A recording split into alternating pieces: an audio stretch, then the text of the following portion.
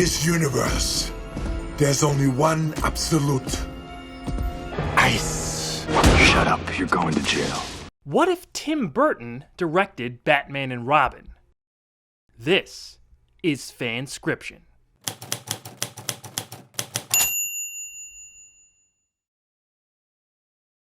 Well, hello. It's been quite some time, but we're back, folks. While it's gotten some goodwill thrown its way over the last few years, Joel Schumacher's Batman and Robin is widely regarded as the film that accomplished what would seem impossible nowadays. It paused the Caped Crusaders' cinematic future. In addition to being the lowest-grossing live-action Batman movie, not counting the 1966 film, it was panned by critics and many fans, even by some who enjoyed Schumacher's Batman Forever 2 years earlier. B&R's reputation worsened over the next couple decades to the point where the late director apologized multiple times. If there's anybody watching this that, let's say, loved Batman Forever and went into Batman and Robin with great anticipation, if I disappointed them in any way, then I really want to apologize, because it wasn't my intention. My intention was just to entertain them. There's no doubt Schumacher was a very talented filmmaker, and he was no stranger to directing films with much darker tones and stories. But the combination of his garish visual style, studio merchandising mandates, off-the-wall performances, and a general wacky vibe resulted in Batman and Robin living in infamy for numerous fans of The Dark Knight. A bad credit card, you bastard! Indeed, it was a long way from Tim Burton's gothic 1989 classic. We've already covered our take on what a Burton Batman Forever could have looked like, but in this hypothetical world we've created, what if Tim had stayed on to finish the quadrilogy? How could we adapt what the movie gave us and turn it into something that looked and felt more like the Michael Keaton era films? Lucky for you, I got the answer! We've heard your cries, and as if answering the bat signal itself, Team FanScription has put together our most ambitious project yet. How ambitious? Well, this story that Rob and I worked on and he wrote as a full screenplay is so big, we decided to split it up into 3 chapters. Since we don't have a studio telling us to cut this thing down, we're going to give you the full Monty with a trio of feature-length videos. We've established the FanScription Burtonverse with 2 other episodes, so you can check those out if you want before jumping in. But this here is the biggest of them. It's all going to be narrated by the talented tones of Mr. Malcolm Ray. We also got the whole gang here at the channel doing character voices and more concept pieces than ever from our consummate artists, so this really has been a team effort. Without further ado, enjoy part 1 of FanScription's Batman and Robin. Take it away, Malcolm.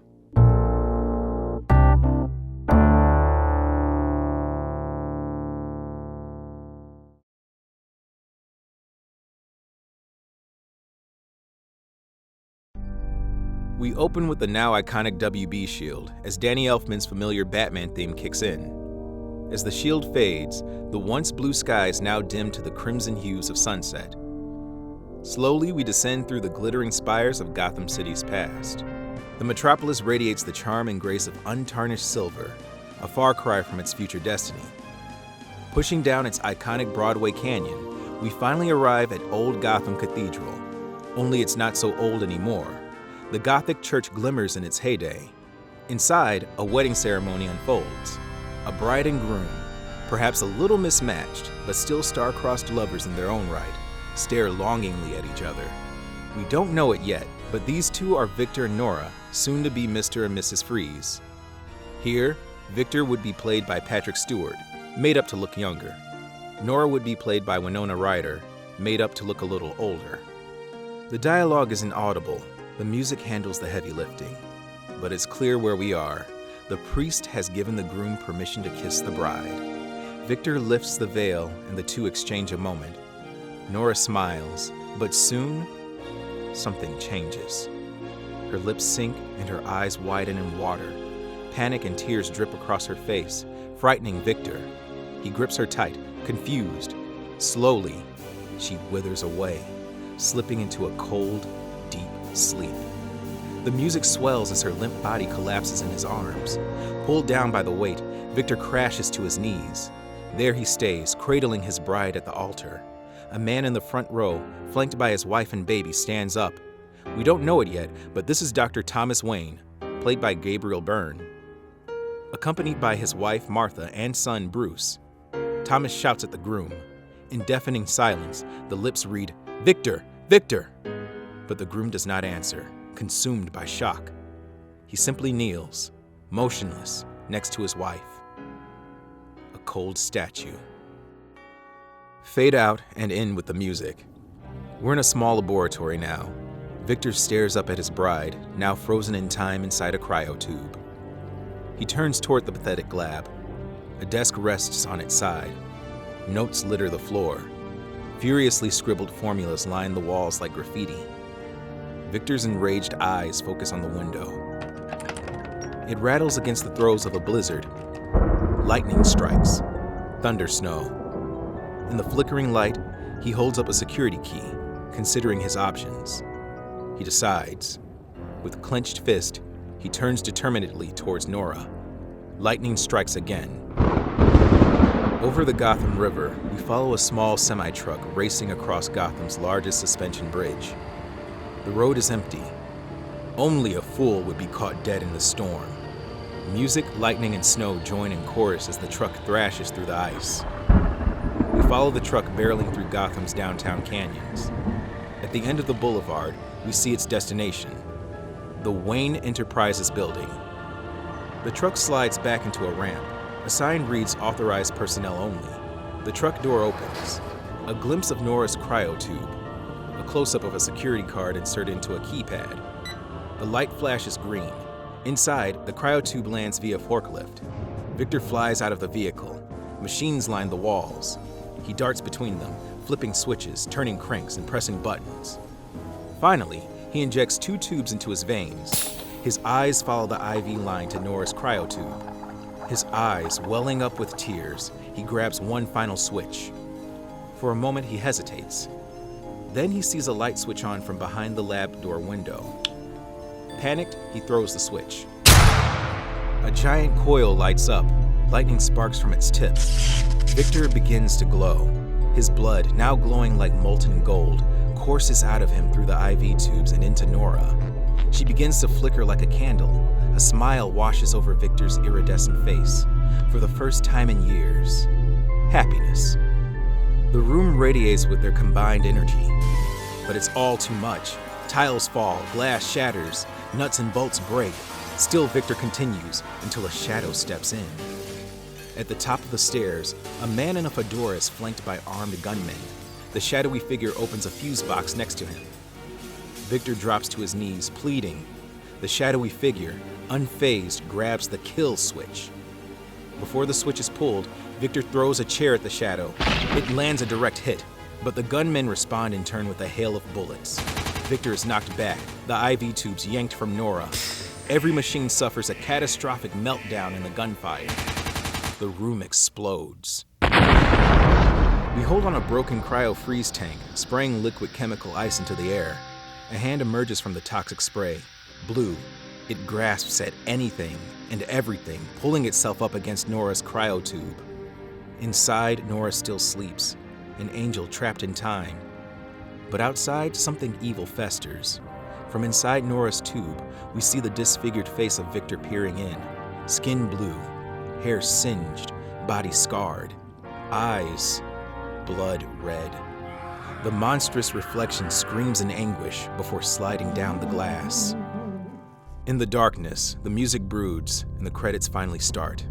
As they begin to unroll, we follow the image of a man crawling on the floor. It's Victor, skin sizzling and throat retching, fighting tooth and nail to reach the large bay doors in front of him. Light shimmers through its cracks. The wind violently batters against it, trying to force it open.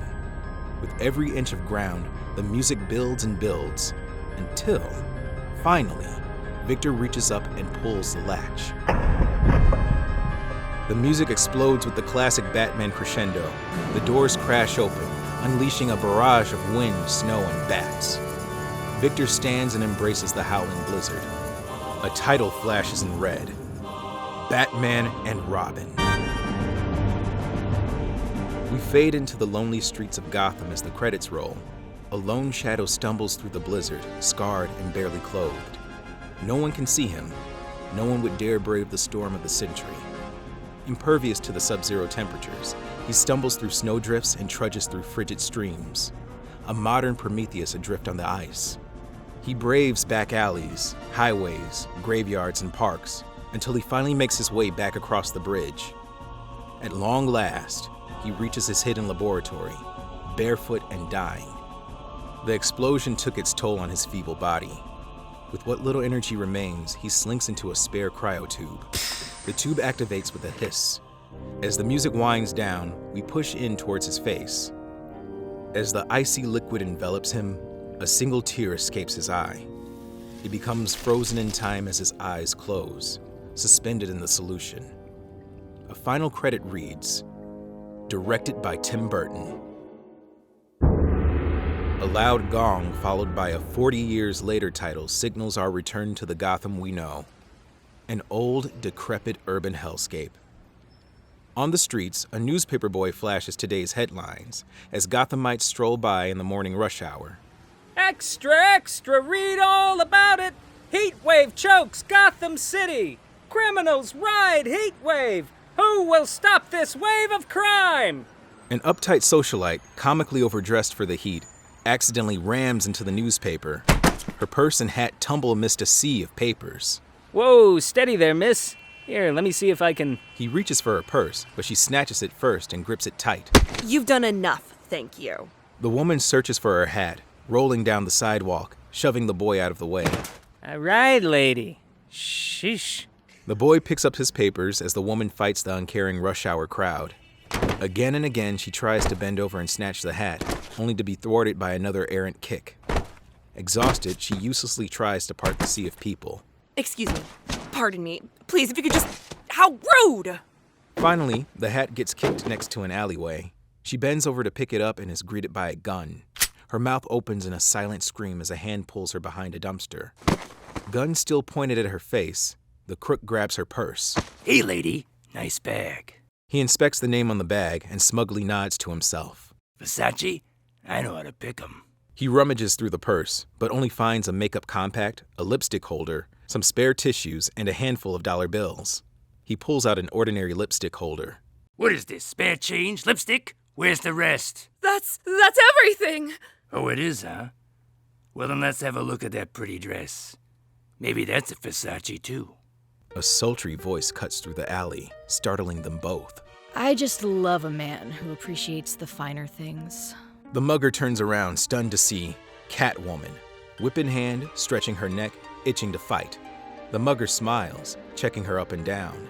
Well, I appreciate what I'm seeing. He aims the gun at Catwoman. Not for long. She snaps the whip, hitting him directly in the eye. He grabs his eyes and screams in agony, tumbling back into the city street. The socialite stumbles against the wall, grateful. Thank you. I wish I could reward you, but I'm afraid I don't. That's okay. I'll just take the lipstick. Catwoman signals to the purse on the ground. The socialite grabs it for herself, clearly nervous. Oh, you wouldn't want that. Trust me, it's... The masked feline slowly approaches the socialite and snatches the bag from her hands. Surely there must be something else! Catwoman opens the bag and gracefully reaches in, pulling out the lipstick holder. With her claws, she snaps it open, revealing a set of ruby earrings with a matching ring, along with a tightly bound wad of cash. The socialite nervously tugs at her earringless lobes with her ringless hand. Catwoman grins. Just my shade. Those are worth more than your life! Catwoman extends her claw underneath the lady's chin. I've had 9. How about you? The socialite gulps as Catwoman nods. That's what I thought. Now beat it. The woman runs for her life, tripping and screaming. High above, 3 robed statues cast long shadows across the roof in the dawn sun. One of them moves, flipping around and exiting the scene. Down below, Catwoman examines the jewelry as her black cat, Miss Kitty, rubs up against her face and purrs. You see, Miss Kitty? That's the trouble with men. All that poking and prodding. As she speaks, a caped figure descends behind her, slinking into the hot steam. and they can never find the right spot. Catwoman flips around, but the shadowy figure isn't there. A whoosh echoes behind her. She smiles and slowly turns. I have to say, I'm surprised it took you this long, Bat. Her expression drops as she sees Robin standing there. Boy. With surprising speed, Robin cartwheels and kicks the whip out of Catwoman's hand. He slams her hand against the wall, revealing the lipstick container. Accessories? You can do better. I'll make an exception. She knees Robin in the stomach. He gasps for air and collects himself. You seem upset. Not upset, just disappointed. But I'm sure you get that a lot. Enraged, Robin takes on Catwoman. The two engage in fierce acrobatic martial arts like homicidal gymnasts. Robin nearly gets the edge, but Catwoman slides to her whip and uses it to lash Robin's legs. He lands on the back of his head, grimacing in pain. She flips the whip over a fire escape, hanging him upside down. She presses his face against the bricks. Just as I thought. Young and inexperienced. You don't know the first thing about me. Oh, you think I can't put it together? Trust me. I know all about you. But unlike your rich old daddy Warbucks, my tolerance for orphans has its limits. So next time you want to play in the deep end, bring an adult. She raises her hand and extends her claws. Robin winces. She flicks Robin's nose. Ow! Catwoman loosens the whip and Robin collapses to the ground. She flings the whip up to a chain and pulley, riding it up. She shouts down to him. Tell him I'll be waiting. And no kids allowed. Robin looks up, humiliated. He rubs the back of his head and shouts back. He's busy! We cut to Bruce Wayne in the bottom of Wayne Tech Industries. Boxes upon boxes fill a basement warehouse. Bruce stands in front of the boxes, holding a plaque that says, Gotham Humanitarian of the Year. A camera flashes with a loud poof. Elliot Knox is guiding the newspaper staff. All right, get the picture. Let's go on the front spread. Wayne's brain, inside Gotham's Humanitarian of the Year. Or maybe it's, the Wayne train. What do you think? Bruce doesn't react. That's work in progress. Hey, what is all this stuff, anyway? Bruce hands the plaque over to Alfred and takes off his suit coat. Odds and ends, mostly. Unused tech from my father's early days. In the background, we see the Wayne Tech crew forklifting boxes to a loading bay. Not gonna go through any of it? If I did, Lucius would kill me. Lucius Fox, played younger here by Giancarlo Esposito, laughs to himself. It would take years, Mr. Knox, and I'm afraid it would all be obsolete. This space will get better use as part of our new medical research wing. Yeah, very noble. You sure you're not hiding some Illuminati thing or space aliens in there or something? Alfred rolls his eyes as the news team interrupts Knox with a checklist. Okay, good. Let's have you guys get some interviews with the staff, and I'll finish up here with Mr. Knox turns around to see Mr. Wayne and Alfred are gone. Guy's like a ninja. We cut to Bruce in a darkened room, reading an old ledger. The torched machinery, cobwebs, bullet holes, and rubble indicate it was the room Freeze met his accident in. Very quiet, Alfred. There's a certain air of reverence when one steps into a tomb. You can't stay like this forever. Your father thought otherwise, but for him the grief was too near. It was 40 years ago, Alfred. 40 years since what?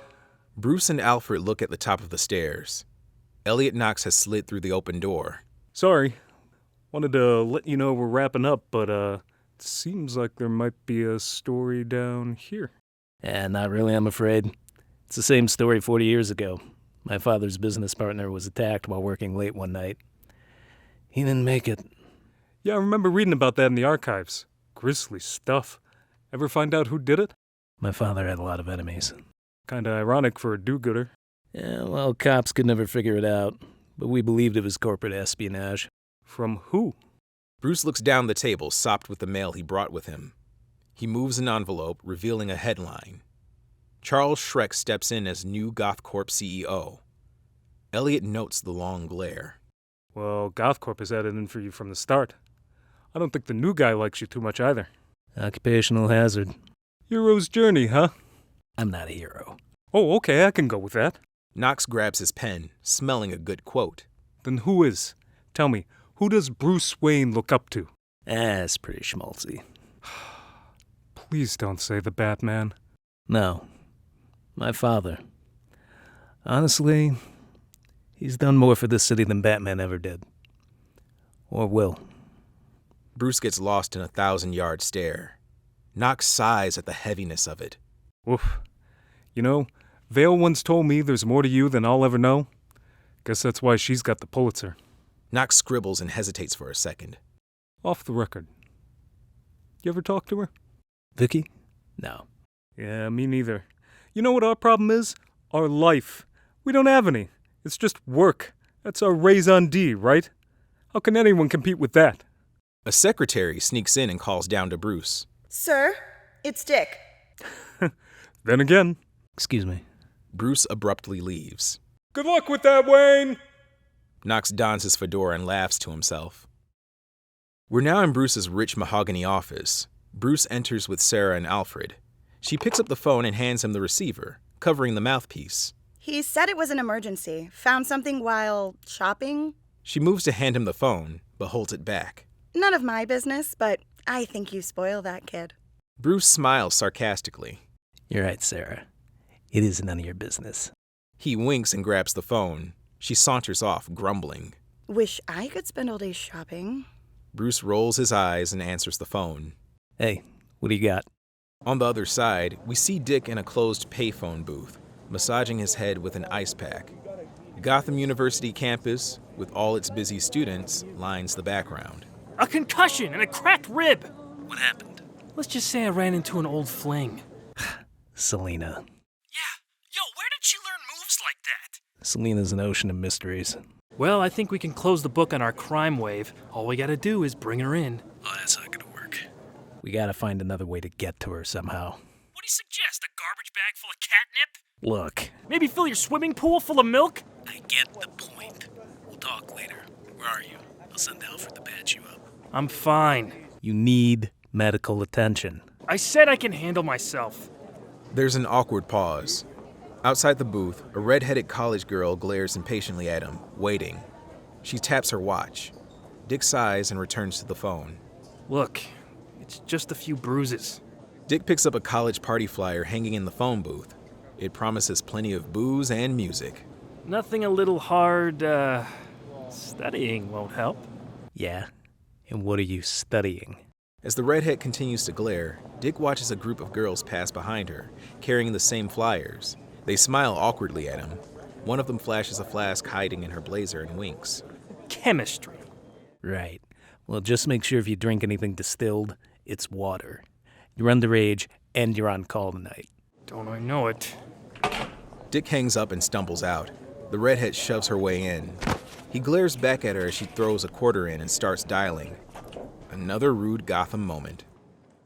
Back in Wayne's office, Bruce sets the phone back on the hook and rubs his head. So, looks like the cat's out of the bag. Cut 2, upstream Gotham River at dusk. One of those classic Burton flights over the landscape. We glide through the forested canyons until we reach a massive hydroelectric dam, adorned with Art Deco statues.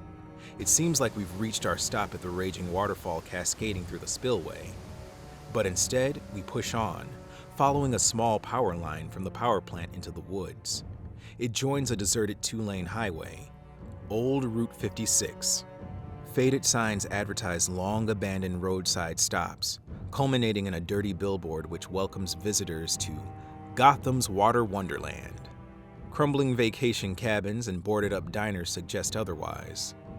Eventually, the power line ends at an old cement bunker hidden amongst the evergreens.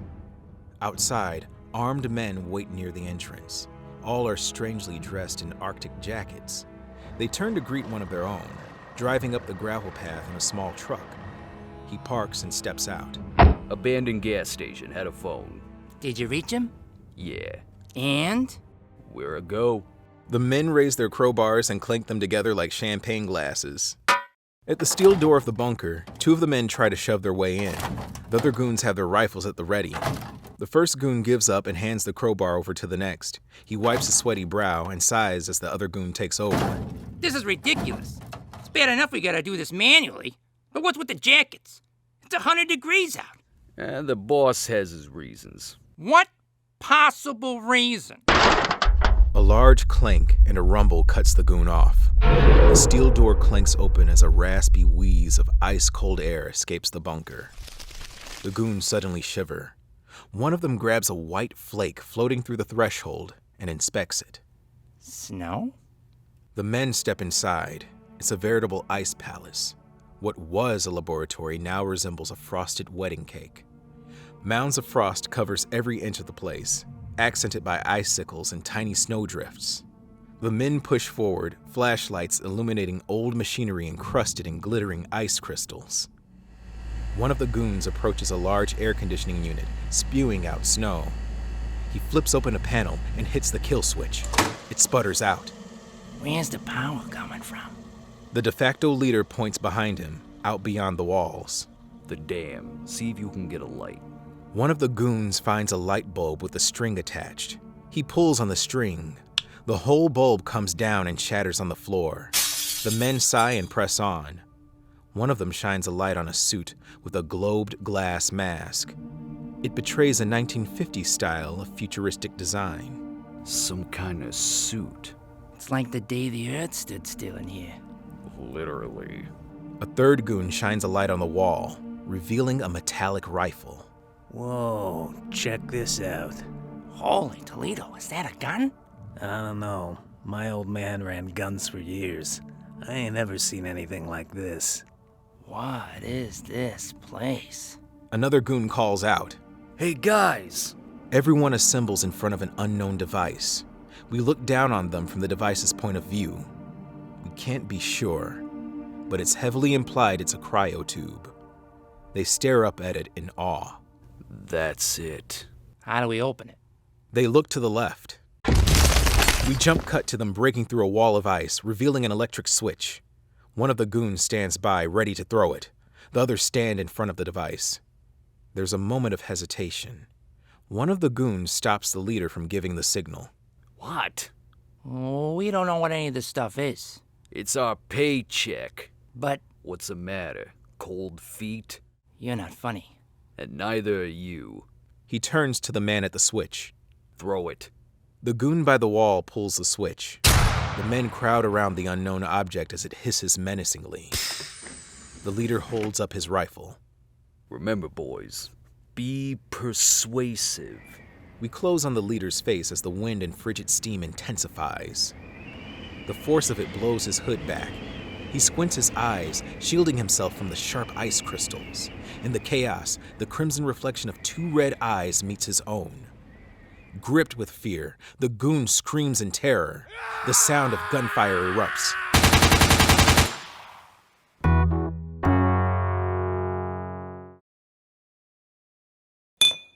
Cut to a sudden clink of champagne glasses. The screams of terror fade and fold into the sounds of a fancy party.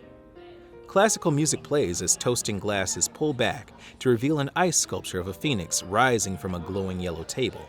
In front of it all is Chip Shrek, the man of the hour, schmoozing with Gotham's business elite. He passes a couple of well-dressed socialites nibbling on hors d'oeuvres and pauses to wrap his arms around them. Thank you for coming.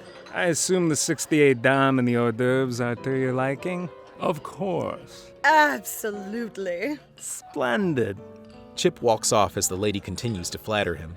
Why wouldn't they be? Her partner mutters to her. It's the only reason we're here. The lady snorts, unable to control her laughter. She spits up some of the priceless champagne. She tries to dust it off her dress. A steely-eyed, raven-haired woman carrying a silver tray clears her throat. We don't know it yet, but this is Chip's secretary, Inca. The duo turn, realizing they might have been overheard. Inca extends a cocktail napkin. They nervously accept. Inca glares judgingly at them and moves on. At the edge of the room, an elevator door opens, revealing Bruce Wayne. Inca strides up to Chip and whispers in his ear. Chip turns to see Bruce. He waves, making a spectacle of it. Bruce, I knew you couldn't turn down my invitation. Chip moves in closer, face to face. But where's your +1? No lucky lady? Not even your ward? He's in college. Applying himself, I'm sure. Well. We cut to a loud college party. Dick Grayson stands on a table, gulping down the contents of a red Solo cup as the crowd cheers him on. He tosses the cup and does a forward flip off the table. The crowd cheers again. Back to Chip and Bruce. His loss, but not yours, I take it. So what do you say? Do we have a deal? Not yet. Then you've considered it. Yeah. And? No. Raised eyebrows and snickers follow the socialites closest to them. Chip tries to save face. But? Can I be brief? How brief? Goodbye. That's brief. Bruce gives him a pat on the arm. Try not to have a chip on your shoulder. Bruce flips around to leave, but runs into Inca. She purposely spills champagne on him, feigning ignorance. She offers to clean him up, but Bruce refuses. Chip forcefully grabs Bruce by the arm and hurries him away, dabbing at the stain with his own handkerchief.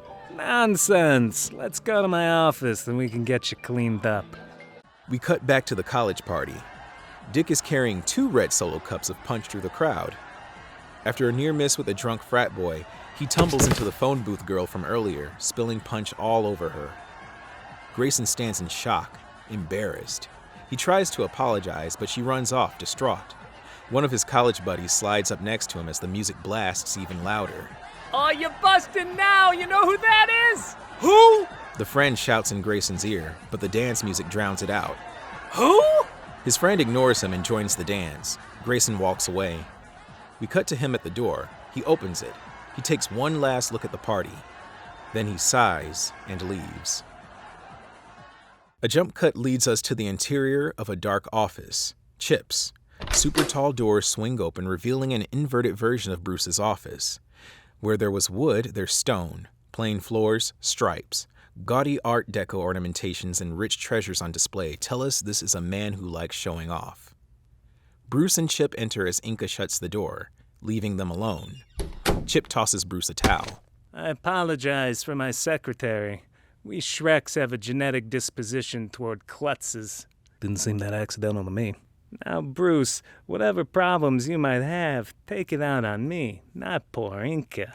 You're right. I'd hate to see a good girl like that get tossed out the window. Chip bites his tongue, not sure what Bruce truly knows. What is this really about? Bruce stares at an old painting of Ferris Boyle lying next to the fireplace. Up above the mantel, a ridiculously imposing picture of Max Shrek glares down at them. You didn't waste any time moving in? Chip turns his back on Bruce to pour a drink. Whiskey. As he does, Bruce examines Chip's briefcase on a leather chair. He quietly unlocks it as Chip talks and slips a tracking device into the sleeve. Ferris Boyle's death was tragic, but life goes on. GothCorp needed a new CEO, so after eons of negotiations, I stepped in. Wayne closes the briefcase quietly. And now you want to buy out Wayne Tech.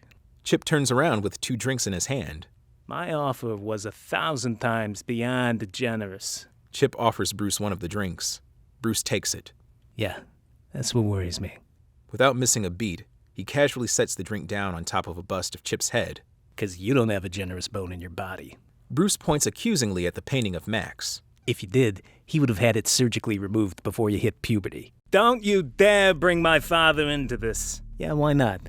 Let's just lay it all on the table. I nixed your dad's power plant idea, and you were left with nothing. See, that's where you're wrong, mister. You want to know what my dad left me? What you left me? Self-reliance. For the first time, I had to learn to stand on my own 2 feet. And here I am, after years in the wilderness. I should thank you. Send me a fruit basket. Oh, I'll do more than that. Chip walks over to a fancy cabinet and pulls out a book wrapped in cloth. He unwraps it and tosses it to Bruce. A little souvenir from our mutual friend, Boyle. Chip flops down in his office chair and puts his feet on the table. He picks up a letter opener and plays with it as Bruce inspects the book. On the cover, it says Wayne Tech, Thomas Wayne. Inside are handwritten notes. A ledger of your father's. Not sure how Boyle got a hold of it, but I can guess. Turns out GothCorp had quite the interest in the inner workings of Wayne Tech. You can keep it. That's just the tip of the iceberg. Bruce looks suspiciously at Chip. Oh, don't worry. He had plenty on my dad, too. Must have been a big book. Cute. Point being, now you know. And so do you. What can I say? I'm an avid reader. What's your angle, Chip? Please. It's Charles now. It's blackmail. Now what do you want? Just a little something more than goodbye. Bruce considers it for a moment and closes the book. All right. He walks over to Chip, leans over, and whispers in Chip's ear. Sayonara, Chuck. We quick cut to a high-angle shot of Bruce being led into his Rolls-Royce by Alfred. In a reverse angle, we see Chip staring through his office window. Down below, Bruce's door slams. We join him inside the vehicle, where he collapses into the back seat and loosens his tie. To the manor, sir. Nah, the office. He holds up the book. I've got some studying to do. Back in Chip's office, we see him, scotch in hand, staring at the portrait of his father. Max Shrek's gaze seems piercing. Chip sweats and loosens his tie, unable to look his father in the eye. The door knocks. Inca enters. Sir? What? You're ignoring your guests. Chip waves her off. Bah, vultures. They're just looking to bask in my humiliation. There's a call for you, sir. Tell him I'm busy. It's the expedition. Chip perks up. He slams his scotch on the mantel and rushes to the desk. Put him through. She closes the door. Chip picks up the phone. I hope you have good news. Wait, what? Slow down. Slow down. I can't hear anything. We cut to a phone booth outside an abandoned gas station. The lead goon, covered in blood and sweat, is screaming into the phone, constantly checking his six. They're dead! They're all dead! Who's dead? Son of a bitch! You didn't tell me what we were getting ourselves into. What? Those eyes, those red eyes, and those hands, all he had to do was touch us! You're exaggerating. Exaggerating? Does this look like I'm exaggerating to you? The goon lifts up his hand, inspecting it. It's charred, black and blue. In the moment, the goon realizes Chip can't see. He huffs and barks back into the phone. We cut back to Chip. Look, I gotta get out of here. Oh God, no! Hello? A loud crunch crackles through the phone. Hello? The line goes dead. We see a phone booth, splattered with blood. The receiver dangles off the hook. Outside, the goon's truck pulls away. Chip listens on the line to the sound of a truck peeling out. He calmly hangs up the phone and buzzes Inca. Inca. Sir? That expedition theme. Cancel the checks. Yes, sir. Chip releases the call button and leans back in his chair. Time for Plan B. We move on to Bruce Wayne's downtown office. Bruce sleeps in the chair at his desk, his glasses and father's ledger in his hands. The curtains are drawn. It's quiet. Only the ticking of a large grandfather clock at the back cuts through the silence. According to the clock hands, it's well into the 1 o'clock hour. Outside, the bat signal flips on. On the ledges of Wayne Tech Tower, we see a security camera activate. It turns towards the massive office window and flips on an infrared laser. The laser hits a sensor. Inside, a trigger slowly opens the curtains. The grandfather clock starts spinning its hands wildly. The whirring gives way to ear-shattering chimes. The noise stirs Bruce. He spins his head towards the clock. The clock sits at just the right angle to capture the reflection of the bat signal, illuminating the whole clock face. Bruce turns towards the window and stands up. Meanwhile, Dick Grayson's watch buzzes in his dorm room. He opens his eyes to see the bat signal looming out the window. He springs into action. Inside Wayne's office, Bruce holds a radio watch to his hand. Alfred. Inside the bat cave, Alfred stands at the bat computer, pressing some buttons. I saw the signal, sir. Sending the suit now. He hits a button. The sealed vault containing the bat suit ascends through a pneumatic tube. We follow the whooshing sounds of the suit making its way down a pipe that cuts through Gotham's underground. Meanwhile, we see Dick Grayson running through an abandoned tunnel. He comes across an old-looking motorcycle. While sprinting, he holds a microphone to his mouth and says, "Activate." The rusty cycle springs to life, flipping over panels and extending wings and weaponry, similar to how the Batmobile shields work. Dick comes up to the trunk and smacks the bike in 3 specific locations. The loud thunk, the trunk opens up and Robin pulls out his suit, holding it up in silhouette. Inside Wayne's office, a loud thud reverberates behind the grandfather clock. Bruce reaches inside the clock and yanks the swinging pendulum. The whole clock swings open as a false door, revealing the vault behind it and the suit. It gushes steam as it slides open. The steam envelops the camera, and a hidden cut reveals Batman, fully suited. In a small alleyway below, a pile of garbage begins to rumble. A drunken homeless man stares at it in disbelief. Out of the garbage speeds the Batmobile. As it rounds the corner, the homeless man stares at his bottle of whiskey. He pours it out and chucks it against the wall. Inside the Batmobile, Bruce checks his computer readout. The screen displays some text. Robin. Trouble? Batman punches a few buttons. His reply displays on screen. Batman. We'll see. Atop the Gotham City Police Department, a shadowy figure waits. Behind him, Batman emerges. He steps forward, addressing the man. Commissioner. The figure turns, revealing an African-American man instead, played here by Lawrence Fishburne. Not exactly. At least, not yet. Batman pauses, stunned. The man breaks the silence. I'm Chief Akins. I know who you are. Then you know what I think of you. If I had my way, I'd take an axe to this thing. Akins beats his fist atop the bat signal. It flickers. Fortunately, that may be sooner than later. Akins flips off the bat signal with a loud click. Batman squints his eyes, waiting for him to get to the point. Gordon is retiring. He hasn't gone public yet, but I figured you should know. Call it a professional courtesy. Of course, until that day comes, I suppose it's still business as usual. Batman smiles, sarcasm dripping from his lips.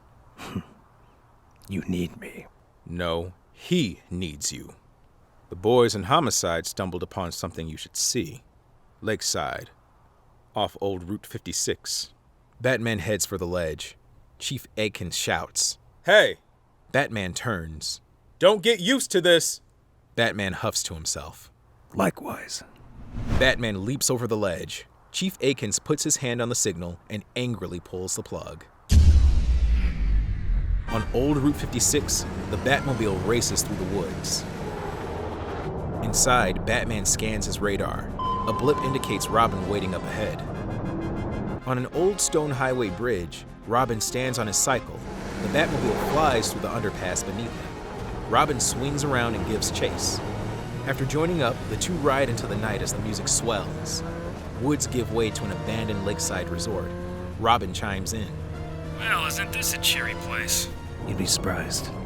New freeway siphoned off all the business. But before that, the young Bruce Wayne used to spend his family vacations up here. Huh. Looks like it's seen better days. So was he. The Batmobile and Robin cycle pull onto a deserted gravel road. The duo exit their vehicles. Robin takes his helmet off. Batman gets a good look at his bloodshot eyes. Studying, huh? I can assure you I'm sober. I know. The bike wouldn't start otherwise. Batman walks toward a line of cop cars and yellow police tape as Robin follows. What? Hey! Anything else you want to tell me about that bike? Not yet. They pass Gordon's trusted beat cop, Robert. He eyes them and shifts his gaze to a small bunker, nodding. Inside the bunker, the ice has melted, leaving quite the mystery. Gordon kneels over a white sheet as water drips all around him. He takes off his fedora and wipes his brow with a handkerchief. Enjoying the night air? Gordon flips around, startled. Batman and Robin stand in the shadows. I would if it weren't for this heat. And yet... Gordon gestures to the white sheet and pulls it up. Robin kneels down next to the body, face in disgust. Jesus. Batman interjects. Frostbite. Looks like you and Homicide agree, and that's the problem. How do you get frostbite in the middle of summer? You tell me. The Butcher Gang? It seems like their M.O., but they normally freeze their victims post-mortem. This was done before. Batman surveys the scene. Broken door, crowbars. He pauses at the silent cooling unit. They broke in. Shut off the freezer. Somebody stopped them. What were they looking for? Who owns this property? Gordon thumbs through some paperwork. According to this, the Wayne family. Wayne? Yep. Everything along this gravel road for the past 50 years. Batman rubs some muck off the machines, revealing an old logo. Wayne Tech Industries. We cut to a phone booth down the road. It's splattered in blood. Robin looks at a body on a gurney. Same markings as the other guys. Batman kneels, examining truck tracks. Robin watches with trepidation. Oh, please tell me this thing's not out there. Oh, my ears on the force, and I've never seen anything like this. From what I hear, you won't have to worry about that soon. I take it Chief Aikens told you. There are many good men left in Gotham, Commissioner. That's for sure. Yeah, and there's a reason. I can only tempt fate for so long. Now that my wife's passed on, my granddaughter's all I've got left. She's in college now and expects me to make it to her graduation. You will. I hope so. In this line of work, I've seen what losing a family can do. We cut to an old log cabin near the crime scene. Batman and Robin stand on the deck like unwanted pests. Batman wipes some dirt off a window pane and shines a light through the window. I can't blame Gordon. Neither can I. Look. Robin stares through the window and spots a picture of a father and son holding up a fish. The boy looks suspiciously like Bruce. Whoa. Is that? This was Thomas Wayne's fishing cabin. But that means it's within earshot of... Hey, did Thomas ever mention that bunker? Batman stares at Robin, implying no. He leaves with a whirl of his cape. Robin catches up. Batman and Robin walk down the gravel path. So that's it? There's nothing more we can do here. Out of nowhere, Elliot Knox slips past some police tape. Robin rolls his eyes at the sight. Well, looks like we got ourselves a monster mash. So, as the city's resident freak on retainer, who or what do you think did this? Batman and Robin ignore him as he presses on. No comment? Come on, we're all on the same side here. Hey, how about a picture at least? Knox holds up his camera. A grappling hook clamps onto it. Holy God! Batman pulls the grappling cord, ripping the camera from Knox's neck. It drops to the ground at Batman's feet, in pieces. Hey! As Batman rams into Knox's shoulder, Robin tries to apologize. It's, been a long day. We cut to a small meatpacking factory on the Gotham docks. A sign reads, Final Cut Processing, meats delivered and sold. In the parking lot, we see the stolen truck from earlier pull up and squeak to a halt. Inside, we pass through numerous locked doors before entering a refrigerator room. Butchered cow and pig carcasses hang from hooks. On a wall, red graffiti reads, The Butchers. A gang of men, dressed in white butcher coats, huddle around a giant butcher block table, counting money. Their boss, smoking a cigar, sits front and center. A noise interrupts their chatting. We close up on a pair of metal boots stepping into the room. The men look incredulous. We hear a voice, deep and raspy, crackling through a portable speaker. It appears hell is empty, for all the devils are here. The gang all exchange glances. The boss speaks up. Who the hell are you? I'm looking for a few good men. The gang laughs. The leader chimes in. Oh, sure. What do you need? He signals to a goon, who presses a button. A series of frozen human bodies, all dressed as gangsters, roll in on hooks. The boss grabs each one before shoving them down the line. This guy owed us 10G, got an informant here, drug dealer from Quarto Maltese, and this one didn't make an appointment. I'm looking for some muscle. The boss grins. He nods to a giant mountain of a man with more tattoos than body hairs. The strong man steps up to the shadow at the end of the room, along with two other men. Cut to outside. The wall breaks. The strong man and his comrades fly through the brick and wood and hit the pavement, their necks and faces frozen in fear. Inside, the boss's cigar drops out of his mouth. The men stand idly by in shock. The boss recollects himself and shrugs. He smiles reluctantly. Of course, our appointment policy is subject to change.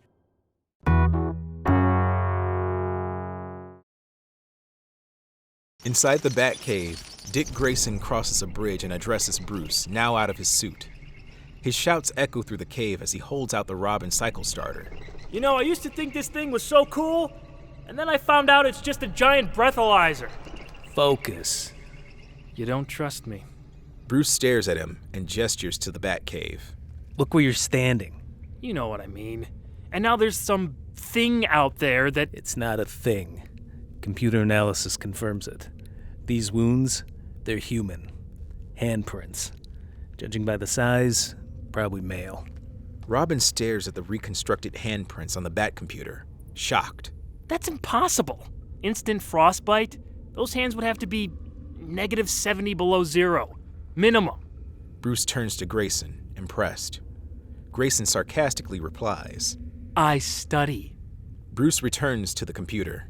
There has to be a logical explanation. What about your father? What about him? You don't find any of this suspicious? He didn't keep secrets. Says his son, the man with a secret identity. That's different. Oh, I guess it skips a generation. Why are you so hung up on my father? Why are you not? Oh, wait. Look who I'm talking to. Bruce flips around in his chair, addressing Grayson directly.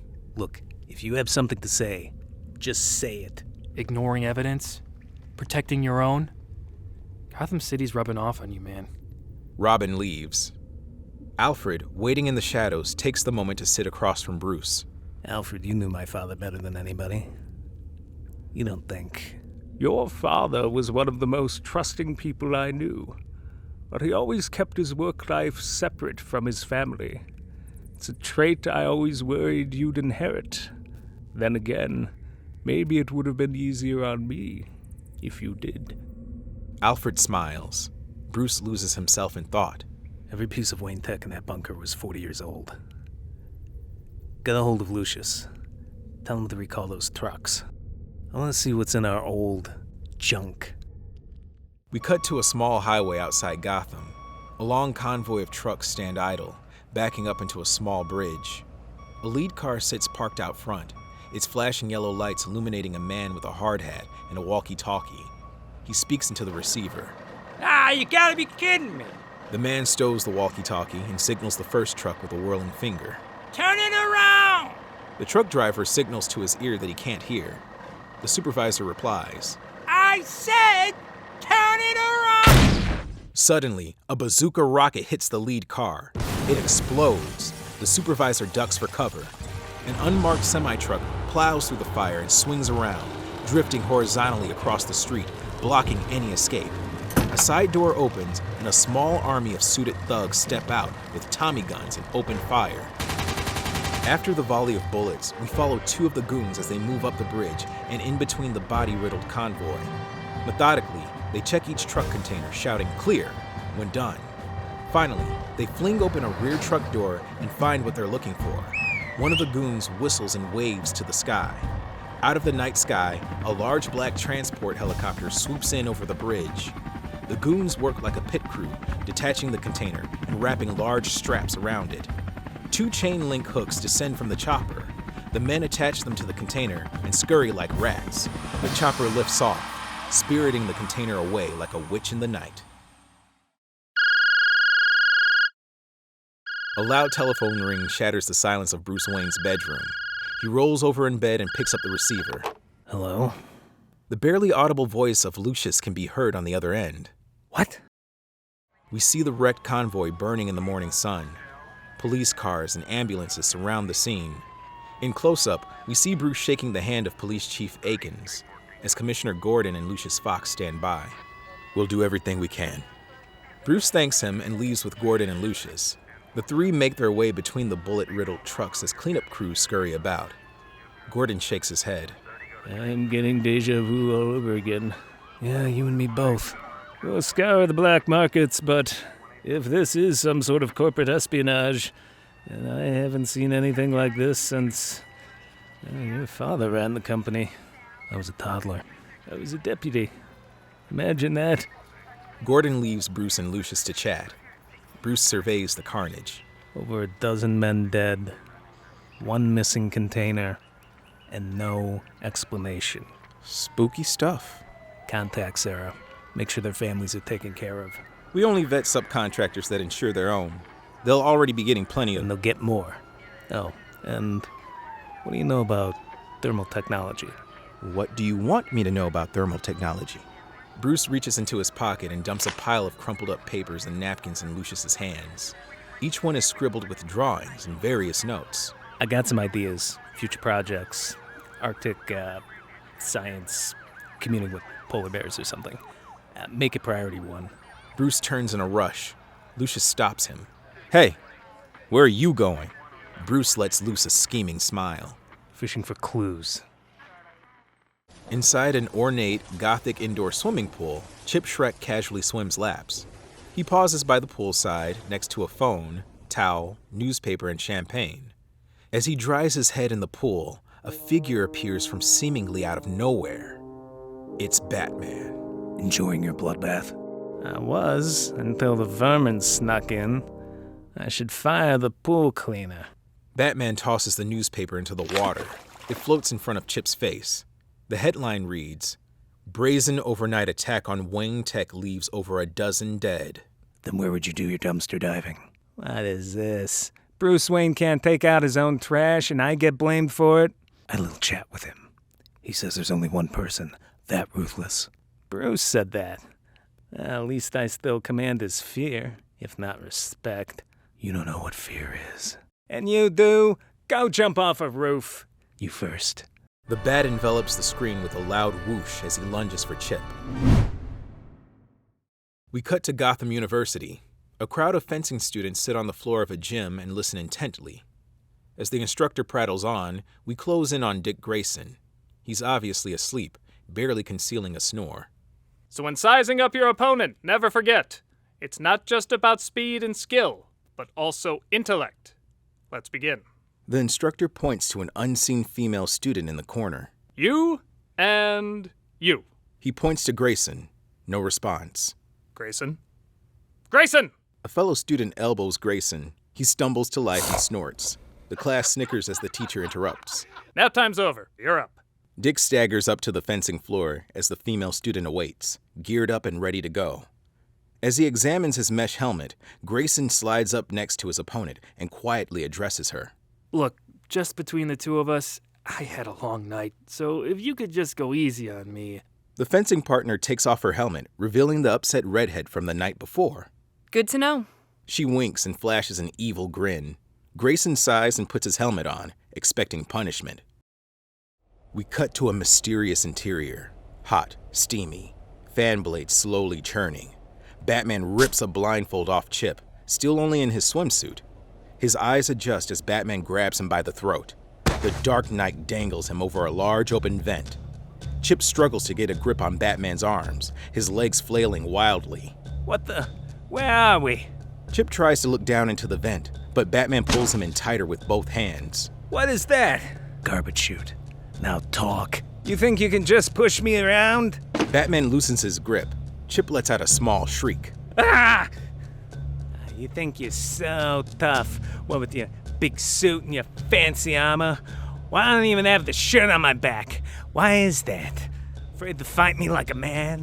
Afraid I'll find out that deep down, underneath all that, you're just a scared little loser. Last chance. Or what? You're gonna kill me? You've got nothing on me and you know it. So go ahead, take the risk, drop me. But ask yourself this, is it justice or murder? Batman hesitates. I knew it. You can't do it. When push comes to shove, you're just a pathetic little loser. Without hesitation, Batman lets him drop. Chip shrieks in terror. We follow him out of the vent and through the ceiling, where he plummets 40 feet into his own pool. Chip swims to the surface and looks up at the pool's giant vaulted ceiling. Up high shines a tiny ventilation hole. The silhouette of a dark cow stares down at him and vanishes. Chip glares back, seething with rage. Up above, we see Batman slowly turn, his face filled with rage. In the distance, Chip shouts, "Security!" Batman slowly marches out. Above his head, a shadow slowly moves behind the blades of a large ventilation fan. Inside the vent, we see the unmistakable shadow of Catwoman, watching silently as Batman leaves. The interior lighting flips to red as an alarm sounds and angry shouts grow. As the sounds of chaos intensify, we hear Catwoman's voice. Damn. We cut to Grayson and the redhead fencing as the class looks on. They trade hits, evenly matched. The sparring grows in intensity as they trade barbs. Look, I get that you're angry. I'm sorry! It was just a sweater! Not all of us are made of money! What's that supposed to mean? Figure it out, Rolex! Dick eyes the fancy watch on his left wrist and nearly pays for it with a hit. I wasn't born rich! You sure seem to enjoy it! You don't even know me! I know your type! She sticks him with the blade. Touché! On a rooftop overlooking the GothCorp building, we see Batman pull out a pair of electronic binoculars. Through a window, we see Chip wrapped in a bathrobe, barking out orders to security personnel. Batman smiles smugly to himself. There's a snap behind him. He turns. Suddenly, a glossy black leather boot gets him right in the face. He stumbles back in shock. It's Catwoman. That's for picking on a man your exact same size. She kicks Batman in the side. That's for your sidekick. She whips out her claws. And this one's for me. Batman uses his arms to fling her hands to the side and then immediately headbutts her. She flies back into an iron chimney, hitting the back of her head with a loud clang. She grabs the base of her skull in pain and flings a smoke bomb. Batman coughs. The smoke dissipates. She's gone. Back in the fencing room, the battle is reaching a fever pitch. Despite the fencing armor, the two act like they're in a fight for their lives. Lunges give way to acrobatic flips. The instructor moves to intercede, but they won't quit. It spills into the audience of students. The instructor shouts. I said enough! The two of them stop, in shock. The class stares at them. Embarrassment sinks in. They remove their helmets and awkwardly turn away from each other, making sure to avoid eye contact with everybody. No points awarded. Class dismissed. The class files out. The girl and Grayson try to blend in and join them, but the instructor points to them and beckons with his finger. Except you two. Get over here. We cut back to the rooftop, where Batman wanders aimlessly, searching for Selina. He sees a trail of blood on the ground. A voice echoes from the shadow. Not now. I have a headache. He follows the trail until it stops. A drop of blood lands at his feet. He looks up. Catwoman straddles a beam below a water tower like a cat on a limb, her whip dangling like a tail. Blood drips from a wound on her head. She dips her finger in the blood and examines it. Some men are all talk, but you still don't disappoint. Selina. She leans backwards off the iron beam, dangling upside down by her legs. We see the two in profile, mirror images flipped vertically. She grins like a cat who swallowed the canary. Not tonight. What do you want? What I can't have. She pulls Batman's head in tight with her left hand and kisses him passionately. She balances herself by gripping his other hand with her right. Their fingers intertwine. Catwoman's fingers stiffen up and stretch out. The claws seem extended. She ends the kiss. Distractions. Her claws dig deep into the top of Batman's glove. It punctures the leather. She swipes back, leaving 4 large scratches on the top of Batman's hand. He throws her off. She lands on all 4s, smiling. Batman stumbles, dizzy. She stands. Looks like someone has cat scratch fever. He collapses on his back. She straddles him, holding out one of her claws for his eyes to examine. Paralytic tranquilizer. This one's meant for horses. Batman coughs. She slides her tongue perilously close to her claws and smiles. You have no idea how hard it was to resist licking my paws. He tries to mutter something, but she hushes his lips with her finger. Shh. You're so vain, you probably think this is all about you. Well, I had plans. Expensive plans. And now they've all gone bats. Guess I'll have to make another withdrawal. Don't wait up. She grabs the Batsuit's ears and smacks his head against the pavement. He passes out. Inside the fencing instructor's office, Grayson and the girl sit uncomfortably close to each other on a small bench. They wince as the instructor finishes his long rant. You jeopardized the safety of your fellow students, and... The instructor pauses, trying to remember his train of thought. The girl speaks up. Our form was off. You know, backflips should be allowed. The girl silently nods her head in agreement. Quiet! The two button up and awkwardly look away. The instructor rubs his eyes. Now, I don't know what the deal is. Do you two know each other? No. Maybe. What? Sort of. Not really. It's kind of, We don't know what. Well, you two had better figure it out. Because I don't care what friends you have in high places. I will go to the dean. You understand me? They nod. The instructor leaves the room, slamming the door. The two share an awkward pause. Dick mumbles out loud. You've got some moves. She sighs and mumbles back. You too? Gymnastics? 12 years. And judo, boxing, karate, little kung fu. You? Circus. She nods, then stares awkwardly at him as the answer sinks in. Dick extends his hand. I'm Dick. She smirks, half embarrassed for him. I'm sorry. He rolls his eyes. Yeah, I know. I've heard it all. She sighs and shakes his hand. Barbara. You go by Babs? No. He gets up and turns to her. How about coffee? Instead of Babs? No, I mean, do you want coffee? This late? I'm a night owl. Well, I am too, but... Then what's stopping you? Barbara laughs to herself. She searches for an excuse. I don't know. I hate you?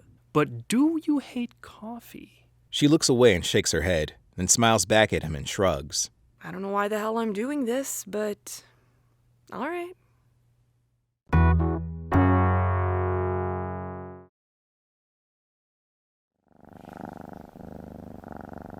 Elsewhere on a rooftop, Batman slowly wakes up to the sound of purring. A cat licks his face. On his chest is a bowl of milk surrounded by small cats. He rolls over and stands up, assuming a battle stance. The bowl shatters and the den of cats scatter with loud growling hisses. He looks down. A note on his chest reads, "Free lunch." He rips it off and crumples it up, throwing it to the ground. With a groan, he dusts cat hair off his cape and walks away. Inside a Gotham diner, Dick Grayson and Barbara laugh before returning to their coffee. So let me get this straight. He offered you a fleet of Ferraris? A Ferrar fleet, he called it. One for every day of the week? Yep. Just so you would commute to college from home. Grayson nods. And you said no? Hey, I thought you had this whole hate the rich thing going. Doesn't mean I wouldn't like a Ferrari. Or 7.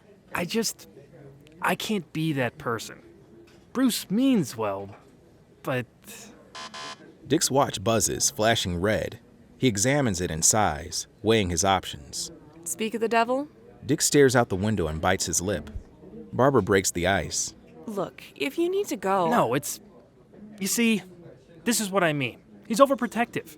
We cut to Batman on the rooftop staring out at the Gotham night sky. Back at the diner, Dick continues. He's always vigilant. Batman kneels along the edge of the roof and dips his finger in a trickle of blood, presumably Catwoman's. He activates a set of red glowing goggles. Back to Dick. You can't escape him. Back to Batman. From his POV, we see a highlighted blood trail in the alleyway below. He follows it up to the horizon. A large glowing sign in the distance reads, Jewelers Row. Back to Dick. It's like... He casts a shadow? In an alleyway below the roof, we see a long shadow in the shape of a bat grow on the pavement. A black cat sees it and scatters. The shadow stops. We close in on a gloved hand holding up a remote. A very long shadow. There isn't a man in this city more driven than him. Meanwhile, out of the alleyway, the Batmobile tears through the night. Back at the diner, Dick finishes his rant. I swear, he's inhuman. How do you live up to that? Hell, how do you live like that? I get it. You do? Sure. You want to live up to his legacy, but you don't want to be trapped by it. Yeah. It's not that hard to understand. That's me and my grandpa to a T. And what's his story? Let me guess. Chief of police. Commissioner. Oh, even better. You know, that's always my problem. Lack of Barbara pulls out an old vintage police badge and tosses it on the table. Grayson picks it up. His eyes grow wide as he puts it together. He points to her. Barbara. Barbara nods and smiles. Gordon! Yeah. Dick suddenly looks very worried. Barbara sighs. What did you do? What? It's just whenever I bring up Grandpa Jim, everybody gets that look on their face. Is it parking tickets? It's parking tickets. No. Larceny, murder, assault? Define assault. Are you gonna be okay with this? Most of the time. Well, if it makes you feel any better, he's retiring. Dick feigns ignorance. Really? Why? Barbara looks around and continues in hushed tones. His heart is bad. Really bad. That's why I was upset with you at the phone booth. I was trying to get word from the hospital. Stupid phones at the dorms are always just... Dick sips his coffee and sloughs it off. It's all right. No, I was unfair to you. But can you blame me? Have you seen the creeps on campus? Trust me, it's no better out there on the streets. We cut to Gotham's Jewelers Row, a street lined with many jewelry shops, all closed for the night. The Batmobile pulls up. A couple of shady characters spotted and run. Batman steps out. He scans the area. Above a large jewelry store, he spots an open window. Inside the jewelry store, Catwoman cuts a hole through the glass with her claws. Silently, she removes it and sticks her leather gloves in, picking up a pile of assorted necklaces. She shoves them into a small leather satchel and notices a large diamond. She carefully reaches through the hole again. Suddenly, a bat cuff slips around her forearm with a loud click. She turns her head to face Batman. She smiles flirtingly. Bruce. Not tonight. He headbutts her. Meanwhile, on a lonely Gotham street, a refrigerator truck screeches down the road. A logo on the side displays a smiling frozen steak, which reads, "Nice to meet you." Inside, we see the Butcher Gang, armed to the teeth. The leader addresses his two lieutenants. Remember, in and out. And what if there's trouble? Then we have backup. He signals to the back of the truck. In the shadows, we see a pair of glowing red eyes. They're transfixed on a small snow globe. The figure of a woman dances in it. A voice echoes in the dark. Once more into the breach, my love. The two goons look at each other, concerned. Back inside the jewelry shop, Batman drags Catwoman towards the front door. Both are cuffed together by the wrist. Where are you taking me? Arkham. She pulls him in tight, fighting his grip. I don't have time for that sort of commitment. I do. Then check yourself in. I'm not the one who needs help. Catwoman unleashes a series of kicks as she replies back. Oh, please. The last thing I need is a white knight. Batman grabs her tight. Then give this up. Or what? Behind every great man is a woman who knows his secrets. You gonna take that risk? Batman hesitates. Catwoman sneers. Checkmate. An explosion rips through the jewelry store window, sending Batman and Catwoman flying into the air. As the smoke clears, the Butcher Gang swarms in. The alarm goes off. One of the butchers tosses a meat cleaver at the wall-mounted alarm box. It sparks and explodes, sending the cleaver to the ground. One of the gang comes across the jewelry display case Catwoman pilfered. He notices the cut hole in the glass and stares awkwardly at it. He shrugs to himself and sticks his hand in, reaching for his target. A massive diamond the size of a golf ball. The same one Catwoman was after. In the corner, Catwoman emerges from the rubble, brandishing a cleaver. She looms psychotically over Batman. He tries to brace himself with his free hand, but she lobs the cleaver next to his wrist. The chain snaps with a loud clink. She's free. She grabs the satchel and bids farewell. When the cat's away. She flips her way up to a cracked hole in the ceiling, leaving Batman to fend for himself. Batman, bloodied and covered in dust, enters the fray. The Butcher Gang recoils in shock. Batman! What the hell? Jeez, that was fast. Messer! Mess him up! We see Messer step out, tall and muscle-bound. He sports a white, blood-splattered coat and a helmet fashioned from a cow skull. He carries a long knife sharpener in one hand and a medieval Messer knife sword in the other. He scrapes the two together as he approaches. Batman puts up his fists. The two spar. We cut back to Dick and Barbara. So, fencing. Fencing. Back at the jewelry store, Batman fends off numerous strikes with metallic arm guards, sending sparks flying. But Messer slips up. Batman grabs the sharpening tool from Messer and pulls it away. The two face each other with a weapon in each hand. In the diner, Dick continues his conversation. You don't like it, do you? No. Too many rules. Right? There's no practical application. Meanwhile, at the jewelry store, Batman and Messer fence with the knife sharpener and knife sword. Back in the diner, Barbara chimes in. Plus, the instructor's a dick. No offense. None taken. We cut to Batman and Messer clashing with such intensity, it knocks both weapons out into the rubble. Over at the diner, Barbara sighs to herself. I just wanted something different, but... Give me a good old fist fight any day. At the jewelry store, Batman and Messer revert to their fists. Back at the diner, Barbara adds, Or at least a good roundhouse kick. We quick cut to the jewelry store, where Batman roundhouse kicks Messer back into the wall. He crashes into the broken security system, which sends out sparks and lightning bolts. Messer convulses wildly and collapses, presumably dead. We return to Grayson at the diner. Are you trying to turn me on? Barbara smiles flirtatiously.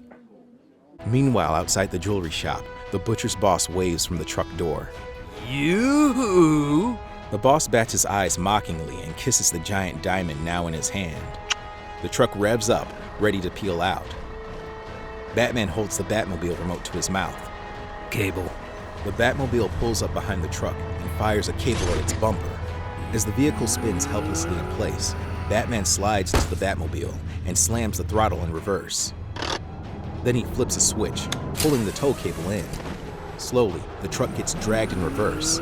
The back door opens, and a woman with crazy hair, goggles, and a leather apron steps out with an electric carcass saw. She slices into the cable, snapping it in two. Then she blows Batman a kiss as the truck speeds off. Batman glares at them angrily and slams the throttle to max speed. The Batmobile's jet engine explodes with fury. Up above on the roof, Catwoman watches the Batmobile speed off. She laughs to herself as a black cat hops onto a chimney next to her and purrs. I know, Miss Kitty. You just can't find a good table in this town. Still, there's always takeout. She giggles with girlish delight as she pulls out the satchel and opens it. It's empty. She frowns. Bastard. We cut to a Gotham precinct station. Outside, a couple of cops are chatting over coffee and paper cups. Suddenly, a truck swerves past them, followed immediately by the Batmobile. As the Batmobile passes, a pile of pearl necklaces hits one of the cops square in the face. The cop, covered in jewelry and coffee, stares at the other in shock. Behind them, police cars rev up and give chase. Back at the diner, a waitress offers to refill Dick and Barbara's cups. As she tops off their coffee, Dick notices his watch buzzing again and tries to hide it. So, I was thinking... The watch buzzes again. He takes it off and shoves it in his pocket. You need a lift. No. It's okay, as long as you don't mind a rusty old bike. She stares out the window. Grayson follows, spotting a rusty black motorcycle with purple accents. You ride? She shrugs as Dick continues to stare at it with a shocked grin. Suddenly, a small truck screams past. Grayson looks concerned. Huh. He returns to the conversation. There's this thing coming up. A police car zooms by. I don't know if it'd be your thing, but... A squad of police cars rushes past the window, sirens blazing. Barbara and Dick stare out the window for a moment. Barbara cringes and shrugs. I'm sure it's no big deal. Suddenly, the Batmobile blasts by. A pause. Dick signals the waitress. Can I get the check? He smiles sheepishly at Barbara. Meanwhile, on a busy Gotham street, a squad of police cars nips at the wheels of the butcher truck. The Batmobile, now caught off by the growing fleet of cop cars, lags behind. Inside the truck, the butcher gang argues amongst themselves as the vehicle swerves left and right. The driver says he can't shake him. The boss turns to the shadow in the back. I thought you said that thing was gonna be some kind of super weapon. We close in on a large, retro 1950s rifle. Inside an open compartment, we see a gloved hand affixing the large diamond to an apparatus. The shadow replies, All good things will come. The truck jumbles. To those who wait. One of the butcher goons leans out a window and fires a machine gun underneath some elevated train tracks. Light fixtures fall on the road, forcing a cop to swerve. This causes a chain reaction. Police cars pile on top of each other. Batman swerves to narrowly avoid the wreckage, clipping a cop car in the process. He speeds up. Inside the truck, the driver shouts that Batman is gaining on them. The Shadow closes the glass compartment on the rifle. Blue lasers fire into the diamond, and the whole rifle glows to life. The Shadow stands up. And now, cold winds wake. The shadowy figure cocks the rifle and kicks open the door. In close-up, you see the gun fire. A stream of ice covers the road. The Batmobile swerves on the shimmering ice-covered roadway. Batman grips the wheel tight, but it's no use. The vehicle slides into a wall. Inside the truck, the men cheer. Up ahead, Robin, fully suited, rounds a corner in his transformed cycle and screeches to a halt. The truck is barreling right for him. He pulls out a crossbow. Not today. He aims for the truck's grill and pulls the trigger. The arrow lands in the grill and explodes. Smoke covers the windshield and the truck swerves, missing Robin.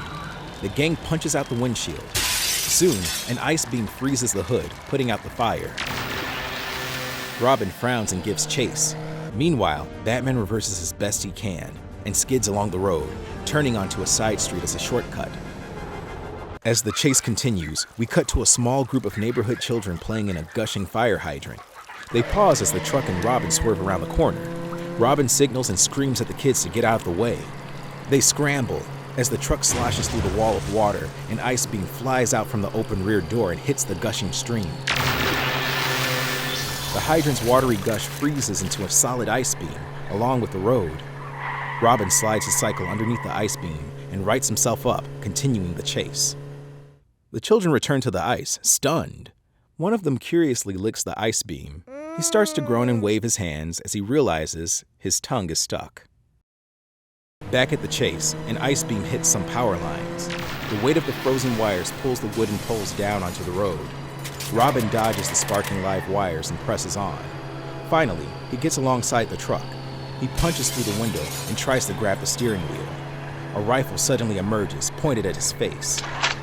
Robin's eyes grow wide. He slams the brakes just as the rifle fires an ice beam. Inside an adjacent apartment, a sweaty drunk in boxer shorts sits in a recliner, while a small chihuahua barks over the television set. A woman shouts from upstairs, Harold! I told you to fix the air conditioner! An explosion of glass and ice bursts through the living room window. The whole place is now covered in snow and sleet. The frost-encrusted drunk shivers along with the freezing chihuahua. He replies, It's fixed. Back at the pursuit, Dick tries to gain some ground on the truck. Up ahead, the road dives into Gotham Park. There's a small stream crossed by a small stone bridge. The Batmobile pulls out onto the bridge from the opposite direction and violently swerves to a stop, blocking the truck. Inside the truck, the butchers have run out of options. As they bicker, the mystery man says, Over the bridge! Through the water! The men ask him if he's nuts. A freeze rifle points at the driver's head. Do it! The driver reluctantly steps on the gas. Just before hitting the Batmobile, he swerves and flies off the stone bridge. While in midair, an ice beam blasts through the truck's broken windshield, freezing the water below. The truck lands safely on the ice as Batman flips the Batmobile around with the vehicle's rotating hydraulic lift. Robin watches from the sideline and decides to follow the truck on a parallel track. Soon, both the Robin cycle and the Batmobile flank the truck, riding the side roads which run parallel to the stream. The truck, meanwhile, rides a constantly generated icy road formed from the brook. How long can they keep this up? Not sure. I can cut across. Get behind them. No. I can do it! I said. Before Batman can finish, Robin slides down the grassy bank of the stream and lands on the icy runway. Almost instantly, he starts to slip, but rights himself. Up ahead, the stream gives way to a large lake on the other side of a stone bridge. Robin accelerates. Slowly, he gets within inches of the truck. He reaches out to grab it. Almost there. He hits a button marked autopilot and then squats in the motorcycle seat. He tries to stand, surfer style, balancing one hand on the handle while reaching out with the other. Come on. Pull back. I can reach it. I said, pull back. One more. Robin tenses up as if ready to leap. Suddenly, the bike shuts down. Robin stumbles as the computer screen reads, "Remote deactivation." He screams in frustration as the truck makes it out onto the freshly frozen lake. Meanwhile, Robin swerves wildly, crashing and sliding across the frozen stream before spilling out onto the icy lake. For a split second, Robin and the cycle rest in silence. Then the ice cracks. Robin first runs for the cycle, but it begins sinking. He then runs back towards the stone bridge as the ice continues to crack beneath his feet. He falls into the water, the weight of his cape and armor pulling him down. He reaches for the surface. A rope drops. He grabs it. Slowly, he makes his way back up the rope onto the stony bridge. A figure dressed in black stands waiting. Robin coughs. Thanks a load, Bat. Robin gets a good look at the figure. Feminine. Black leather coat and pants with purple accents. A black motorcycle helmet with riveted bat ears obscures her face. Robin blinks and squints. Girl? She raises the visor, revealing eyes concealed by black war paint. It seems as if she's about to say something, but the Batmobile roars up behind them. The girl runs off like a cheetah. Robin shakes his head, confused.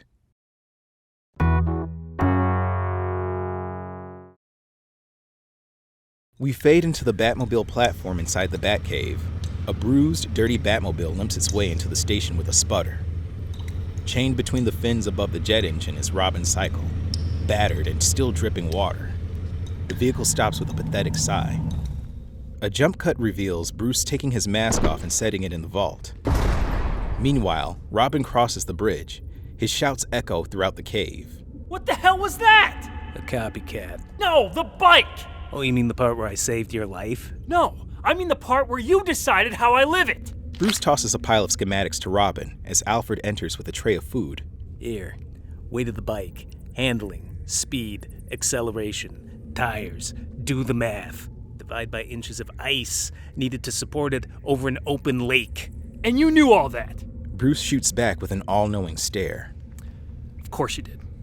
It's your bike, just like it's your cave and your life. It's your life too. No, it isn't. I thought maybe, back during the Two-Face case, I could do what you do. But then, I got what I wanted, just like you did with the Joker. But it wasn't enough, was it, Bruce? No matter what you do, or what I do, or what he does, it's never enough. So that's it. You want to give up on the people of Gotham? I want to help people, Bruce, but not at the cost of my own sanity. Is that what you see? An inmate running the asylum?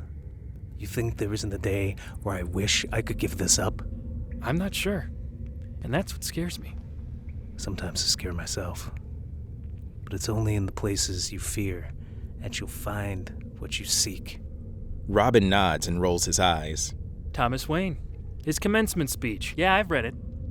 Can you say the same for that? Robin directs his gaze toward a small book. Bruce stares at his father's ledger, sitting next to the Batcomputer. A bookmark stashed in the first few pages implies he hasn't made it far. Robin nods. That's what I thought. You know, my father had a saying too. Kids are afraid of the dark, but only adults are afraid of the light. Robin pulls out the automatic starter for the Robin cycle and tosses it to Bruce. Here, it's yours. Grayson turns around and ascends the stairs, disappearing into the night. Bruce stares at the starter and clenches it with his fist. Alfred watches nervously as he lays Bruce's dinner out. This whole thing was a mistake. Alfred picks up the now half-empty tray and chimes in with utter authority. Family is never a mistake. He nods to the door where Grayson left. Words can be. He nods to the ledger Bruce won't read. Actions even. But never family. The old man promptly leaves, taking Grayson's share of the meal with him. Bruce slowly walks to the book and opens to a specifically marked page. We see an image of Kali, skin blue, brandishing many arms, staring back at Bruce with red eyes. Below the image, red ink reads, Oppenheimer was right. Now I have become death, the destroyer of worlds. We close in on Bruce's eyes, widening ever so slightly in terror. The book closes. Inside the dimly lit commissioner's office, Gordon sits at his desk, filling out paperwork. 2 officers stand by. Chief Akins bursts in and slams folders of reports on Gordon's desk. Look at this! Gordon hands the signed paperwork to the officers and dismisses them. Akins continues, pointing at the reports. Look at it, Jim! I can see for myself. I'm not blind yet. Yet you'll turn a blind eye? How long are we going to let this vigilante continue? As long as I sit behind this desk. Yeah, well, you better make sure I have a department to inherit.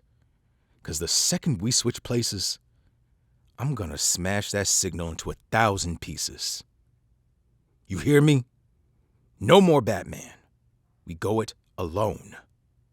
Akins storms out as Gordon leans back in his chair. His hand quivers as he reaches for a prescription bottle. He takes a tiny pill and swallows it with a glass of water.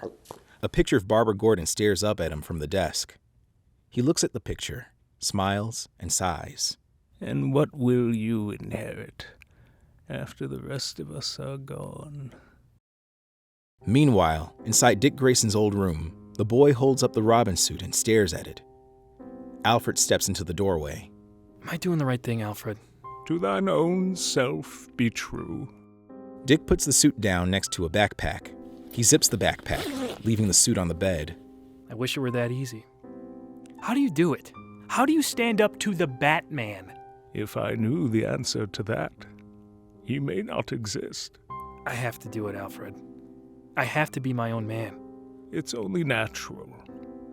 But if you would allow some advice, a true man must be firm, but never cruel. Treat him with the respect you wish to be afforded. You never know. He may surprise you. Dick nods and hoists the backpack over his shoulder, crossing the threshold. As he passes, Alfred casually hands him a sandwich. Dick smiles and grabs it, taking a bite. You know, I miss this. I could eat 1,000 of these at school, but it's never as good as it is here. Alfred smiles. The kitchen is always open. Outside, we see Dick Grayson roll a simple dirt bike out onto the Wayne Manor garage. Over a dozen cars and motorcycles sit idly by in the background. As he passes a set of steps, we see Bruce standing on them, arms folded. Really? Grayson stops and stares at him. You know they do come with engines. Seemed hypocritical. After all that. You're never gonna get a date with that. Not a problem anymore. Bruce reacts with shock. Then it hits him. Really? What? So that's where you were. Grayson shrugs and smiles sheepishly. She nice? Oh my God, I am so not talking to you about this. Bruce smiles and nods with his raised eyebrows. Oh yeah, she's nice. Can we please? You should invite her over. Alfred and I can put out a whole spread. Grayson sighs. Bruce, embarrassed for himself, looks away and nods. You don't want the old man getting in the way. There's an awkward pause. How do you do it? How do you be 2 people at once? Not well, apparently. You tried to warn me, and I was unfair. I barged into your life and into that cave and made you... You didn't make me do anything. I made a choice. And I'm making a choice. There may be a future for Robin, but it's not here. I can't be the son you never had, and a crime-fighting partner at the same time. Bruce mulls it over. Fine. But not like this. Not sneaking off in the middle of the night. You want to make a life-altering decision? You think it over first. Bruce pulls out an open duffel bag and tosses it at Dick's feet. Inside is the Robin suit. He extends his hand to Grayson. Deal? Grayson shakes Bruce's hand and grabs the duffel bag. Deal. Dick hops on the bike and starts pedaling as Bruce watches, arms folded. Slowly, the sound of Grayson pedaling away reverses. Now the sound grows louder. Unsurprisingly, he passes Bruce, who tosses Grayson a set of keys. Grayson rides toward the garage as Bruce shouts, It's the Harley. I know. Needs gas. Thanks. Inside the frozen confines of the Butcher Gang's hideout, we watch the boss empty a case of jewelry onto the table. It spills out, prompting the gang to run their hands through it in awe. Look at this haul. I've never dreamed of a score this big. At least not with the Batman around. I should retire. The voice of the mysterious stranger cuts in. Oh, we're not done yet. The boss looks up to see a menagerie of ice sculptures, all variations on a similar theme. A young woman, a bride and groom, happier times. On an icy throne, the shadow sits, brooding. The boss chimes in. Oh yeah? What do you got? The shadow flings something. A newspaper lands on the table. The boss examines it, eyes wide open. Are you out of your mind? Jewelry stores are one thing, but this? The shadowy figure rises and moves toward the boss, threatening, imposing. The boss slowly shuffles back, intimidated. Such limited imagination. You fawn over trinkets, but there are more things in heaven and earth than are dreamt of in your philosophy. Like what? The shadow points his ice rifle at the boss's chin. Slowly, he lowers it to the criminal's heart and taps it. That which was stolen from me. The shadowy figure holds up his snow globe containing the dancing girl. Its twinkling music plays creepily as he withdraws the rifle. As the shadowy figure leaves, the music slowly dies away. The boss stares at the table. We close in on the newspaper. A picture shows Bruce Wayne. The headline reads, Bruce Wayne to receive humanitarian award at charity gala.